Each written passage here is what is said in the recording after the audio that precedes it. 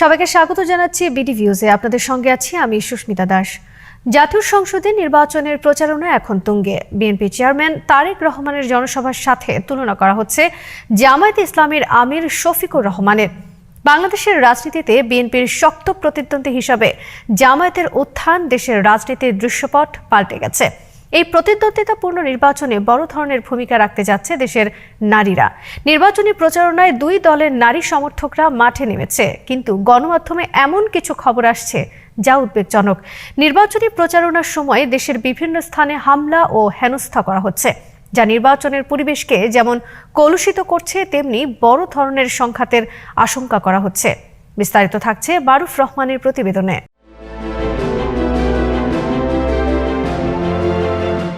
ত্রয়োদশ জাতীয় সংসদ নির্বাচনে নারী ভোটাররা এবার জয় পরাজয় নির্ধারণে বড় ধরনের ভূমিকা রাখবে বলে মনে করা হচ্ছে, কারণ দেশের মোট ভোটারের প্রায় অর্ধেক নারী।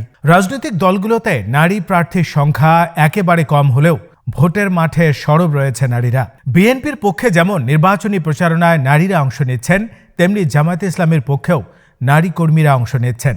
কিন্তু দেশের বিভিন্ন স্থানে জামায়াতে ইসলামীর নারী কর্মীদের উপর হামলা ও হেনস্থা করার অভিযোগ রয়েছে। এমনকি এই ধরনের ঘটনার প্রতিবাদে নারীরা বিক্ষোভ করছে। জামাতের কেন্দ্রীয় নেতারা সাংবাদিকদের বলেছেন তাদের নারী কর্মীদের হয়রানি করা হচ্ছে। এর প্রতিবাদে ঢাকায় নারীদের মহাসমাবেশের ডাক দেওয়া হয়েছে। আমরা একটা প্রতিবাদ নারী সমাবেশ করব সরার্দি উদ্যানে সকাল। রাজনৈতিক বিশ্লেষকরা বলছেন ভোটের মাঠে জামাতের নারী কর্মীদের ব্যাপক তৎপরতা বিএনপির মধ্যে এক ধরনের উদ্বেগ তৈরি করছে। ফলে কেন্দ্রীয় নেতারা জামাতের নারী কর্মীদের ঠেকানোর কৌশল নিয়ে আলোচনা করেছেন। এর প্রভাব পড়েছে মাঠ পর্যায়ে। বিএনপির অনেক নেতাকর্মী জামাতের নারী কর্মীদের রাস্তায় অপমান করেছেন, তাদের বোরকা ও হিজাব নিয়ে কটূক্তি করেছেন, এমনকি গায়ে হাত দেওয়ার ঘটনাও ঘটেছে। নির্বাচনী প্রচারে নারীদের বিরুদ্ধে বিএনপির নেতাকর্মীদের এমন অবমাননাকর আচরণ সাধারণ মানুষের মধ্যে বিরূপ প্রতিক্রিয়া সৃষ্টি করছে। তাদেরকে বাধা প্রদান করা হয়েছে এবং বিভিন্ন মিথ্যা অপবাদ দেওয়া হয়েছে, বলছে তারা কোরআন শরীফ দিয়ে শপথ করে নিচ্ছে। আসলে এটা আমরা স্পটে এসে দেখলাম এটা বানোয়াট। জামাতের মহিলা কর্মীদের ঠেকানোর এই তৎপরতার কারণে বিএনপি এখন দেশের মানুষের কাছে নারী নিপীড়নকারী দল হিসেবে আবির্ভূত হয়েছে। আন্তর্জাতিক সম্প্রদায়ও নারীদের হেনস্থা করার ঘটনা ভালোভাবে গ্রহণ করছে না। নারীরা আরও বেশি বিএনপির দিক থেকে মুখ ফিরিয়ে নিতে পারে।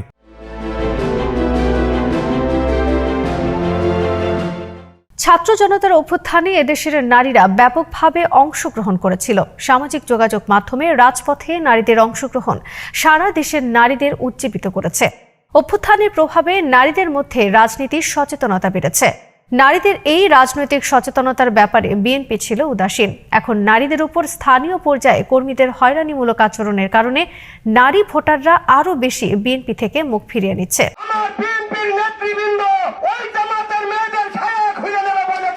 এবারের নির্বাচনে যে নারী ভোটাররা ইসলামপন্থী দল বিশেষ করে জামায়াতে ইসলামীর দিকে ঝুঁকে পড়ছে তা মোটামুটিভাবে নিশ্চিত। অতীতের নির্বাচনের ফলাফল বিশ্লেষণে দেখা গেছে নারী ভোটাররা সাধারণত ইসলামপন্থীদের ভোট দিতে আগ্রহী ছিল না।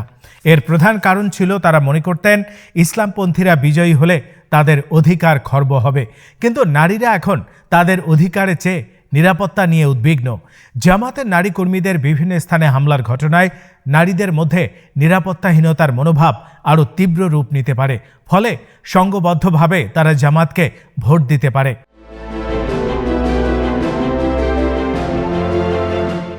এছাড়া জামাত নেতাদের উদার মনোভাব নারীদের তাদের প্রতি আগ্রহী করে তুলেছে। জামাতের আমির ডাক্তার শফিকুর রহমান দেশের বিভিন্ন স্থানে যেসব সমাবেশ করছেন তাতে নারীদের অধিকার ও কর্মসংস্থান নিয়ে কথা বলছেন। হিজাব, বোরকা বা পর্দা চাপিয়ে দেয়া হবে না বলে জানিয়েছেন তিনি। এছাড়া জামাতের নারীরা এখন প্রকাশ্য সভা সমাবেশ বক্তব্য রাখছেন। ঢাকায় অনুষ্ঠিত পলিসি সামিটে নারীদের ব্যাপারে জামাত কী ধরনের পদক্ষেপ নেবে তা নিয়ে পরিকল্পনা তুলে ধরা হয়েছে। দেশি বিদেশি ব্যক্তিদের সামনে নারীরা তা উপস্থাপন করেছেন। ফলে জামাত যে নারীদের অধিকার খর্ব করবে না, বরং সমাজে ও কর্মক্ষেত্রে নারীদের নিরাপত্তার উপর গুরুত্ব দিচ্ছে তা স্পষ্ট করা হয়েছে।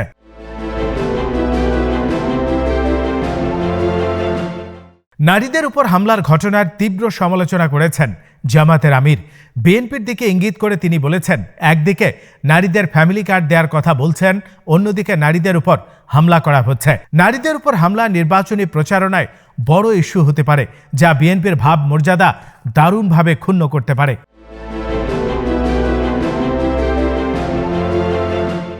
অতীতে নারীদের বেশিরভাগ ভোট পেত বিএনপি, কারণ বেগম খালেদা জিয়া ছিলেন নারীদের কাছে ব্যাপকভাবে জনপ্রিয়।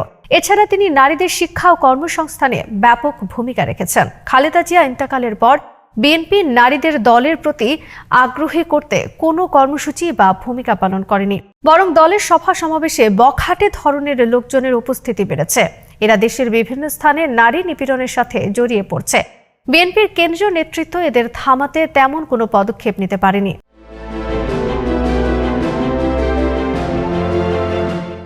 দেশের নারীরা যে বিএনপির দিক থেকে মুখ ফিরিয়ে নিয়েছে তার প্রমাণ পাওয়া গেছে দেশের বিশ্ববিদ্যালয়গুলোর ছাত্র সংসদ নির্বাচনে। বিশ্ববিদ্যালয় নির্বাচনে ইসলামী ছাত্র শিবিরকে একচেটিয়া ভোট দিয়েছে নারী শিক্ষার্থীরা।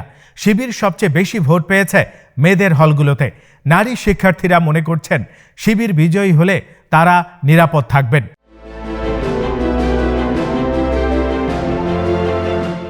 সম্ভবত জাতীয় সংসদ নির্বাচনে এমন পরিস্থিতি সৃষ্টি হতে যাচ্ছে। নারীদের উপর নিপীড়নের যে অভিযোগ উঠেছে তা বিএনপির ব্যাপারে নারীদের ভয় এবং উদ্বেগ তৈরি করেছে। এবারে নির্বাচনী প্রচারণায় সবচেয়ে গুরুত্ব পেয়েছে বিএনপির বিরুদ্ধে চাঁদাবাজির অভিযোগ, আর এর সাথে যোগ হয়েছে নারী নিপীড়নের অভিযোগ।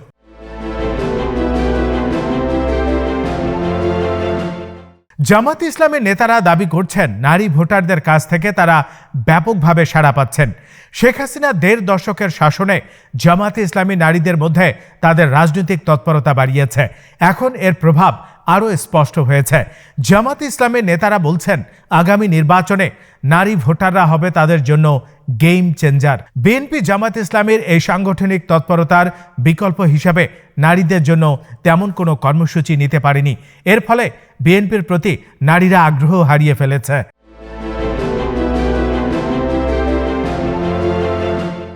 এছাড়া ভারত প্রভাবিত হাসিনার নির্মম শাসনে বাংলাদেশের মানুষের মুসলিম জাতিসত্তার পরিচয় গুরুত্বপূর্ণ হয়ে উঠছে। এই দেশের নারীরা ঐতিহ্যগতভাবে ধর্মভীরু।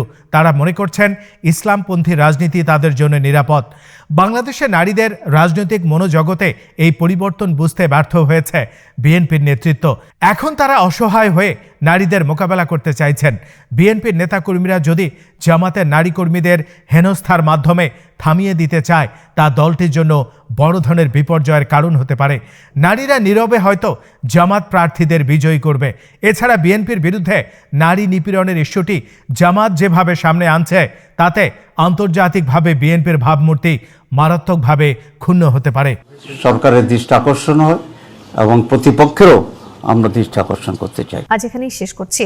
সবাই ভালো থাকুন, সুস্থ থাকুন আর দেখতে থাকুন বিডি ভিউজ। চ্যানেলটি ভালো লাগলে সাবস্ক্রাইব করুন। সংযুক্ত থাকুন আমাদের ফেসবুক পেজে।